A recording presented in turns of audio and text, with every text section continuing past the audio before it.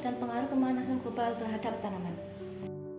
Sebelumnya, Bapak boleh memperkenalkan diri dan profesi Bapak sebagai apa? Oh iya, terima kasih. Perkenalkan, saya Sumarno.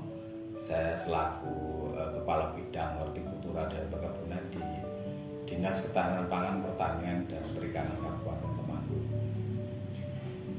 Baik, pertanyaan yang pertama adalah apa yang Bapak ketahui tentang pemanasan global?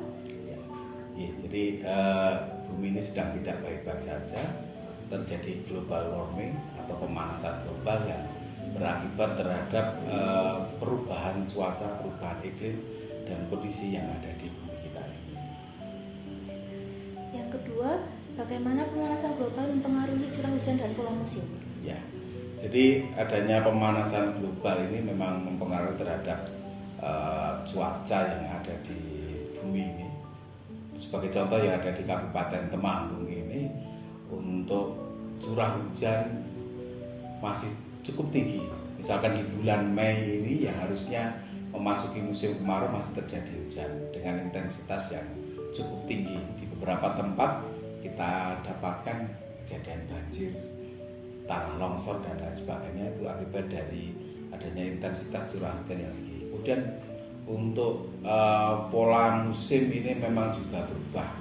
Dulu kalau di pertanian kita kenal ada Pranoto Mongso ya, perhitungan untuk musim dan lain sebagainya, ini sudah terjadi banyak perubahan-perubahan. Musim yang sekarang harusnya musim kemarau masih terjadi hujan.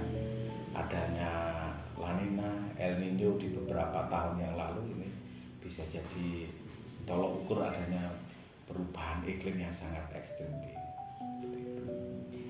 Selanjutnya, apa akibat pemanasan global terhadap kesuburan tanah? Ya, jadi pemanasan global ini tidak hanya berpengaruh di kesuburan tanah, tapi juga terhadap produksi dan produktivitas tanaman. Banyak hal terpengaruh dari adanya perubahan iklim ini, curah hujan yang tinggi, kemudian cuaca yang panas, kelembapan ini berpengaruh terhadap pertanaman, mengakibatkan produktivitas tanaman itu bisa jadi turun. Salah satunya seperti itu, Pak. Baik, Pak. Yang selanjutnya, bagaimana hama dan penyakit tanaman bisa menjadi lebih parah karena pemanasan global? Ya, jadi dengan adanya curah hujan, kelembapan yang tinggi, perubahan cuaca dari panas, dingin yang sangat cepat dan lain sebagainya, ini menyebabkan hama maupun penyakit yang menyerang tanaman ini jadi lebih cepat. Khususnya misalnya seperti serangan jamur, serangan hama. Misalkan kita temui di beberapa tanaman yang ada di Kabupaten Temanggung yang cukup, seperti di cabai ini kan ada penyakit busuk batang, busuk buah, atau orang bilang itu antraknus, atau orang bilang Temanggung itu patek, busuk akar. Kemudian serangan virus kuning.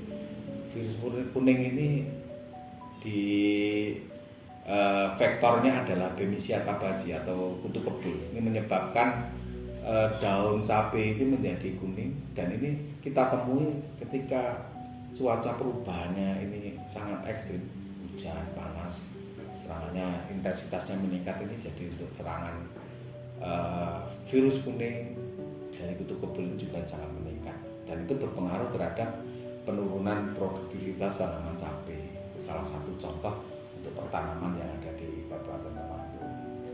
Baik, Pak. Yang selanjutnya, apa teknologi dan metode pertanian modern yang bisa membantu petani menghadapi pemanasan global? Ya, jadi kita memang harus mensikapi adanya perubahan iklim ini. Kita harus bagaimana mengupayakan kita berdamai dengan adanya perubahan iklim ini. Mensikapi itu yang kita kembangkan di Kabupaten Temanggung sekarang ini adalah smart farming. Smart farming itu pertanian pintar, yaitu dengan kita greenhouse, kemudian dengan kita bentuk pertanian yang ada di dalam satu bangunan, ada penutupnya dengan plastik UV ultraviolet, kemudian sampingnya kita berikan insect net supaya hama itu tidak masuk, kemudian di dalamnya kita atur bagaimana untuk budidayanya yang baik, sistem irigasi, sistem pemberian pupuk, pengaturan suhu, kelembapan, semua sudah dengan kita lakukan dengan internet, Pak. Ya, kalau istilahnya itu IoT, Internet of Things. Jadi dari petani-petani yang kita bina, petani milenial itu bisa mengoperasikan pertanian, budidaya pertanian di dalam greenhouse itu lewat HP. Dia kontrol semuanya pakai sistem yang sudah dibuat seperti itu, dan itu ramah lingkungan. Sumber tenaga listrik yang ada di situ yang digunakan bisa kita manfaatkan dari solar cell. Kita pasang panel surya untuk nanti jadi sumber energi, menjalankan sistem yang ada di situ, kemudian sistemnya kita jalankan dengan internet.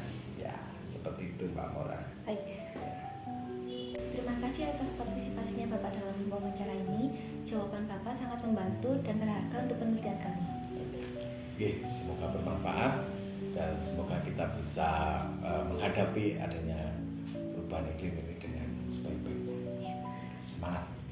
Terima kasih. Selamat siang. Wassalamualaikum warahmatullahi wabarakatuh.